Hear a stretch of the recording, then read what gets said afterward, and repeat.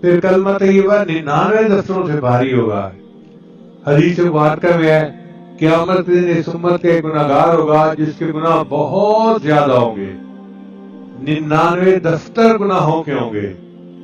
اس کی مثال ایسے سمجھیں کہ جیسے آپ کسی سبجیکٹ کے نوٹس بناتے ہیں، ایک کاپی ختم ہو جاتی ہے تو پھر دوسری کاپی، پھر تیسری کاپی، پھر چوتھی کاپی، اس کے بھی گناہ اتنے ہوں گے کہ گناہ لکھتے لکھتے 99 رجسٹر گناہوں کے بن جائیں گے۔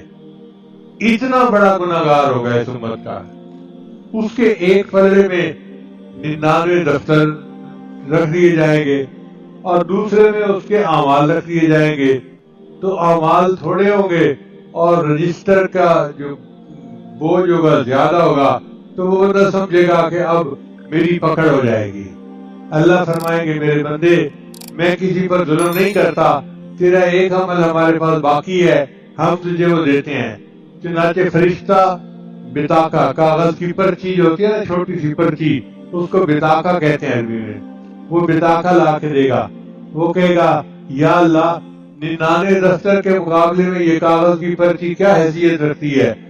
اللہ فرمائیں گے کہ تو اس کو اپنے نیکی کے پلڑے میں تو ڈال۔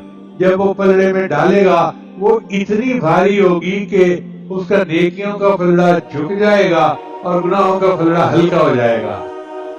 تو حیران ہو کر پوچھے گا کہ اس پرچی پر کیا لکھا ہوا تھا؟ اس کے اوپر لکھا ہوگا لا الہ الا اللہ محمد رسول اللہ، یعنی کلمہ اس نے پڑھا ہوگا۔ یہ کلمہ 99 دفتر گناہوں سے زیادہ بھاری ہو جائے گا قیامت کے دن۔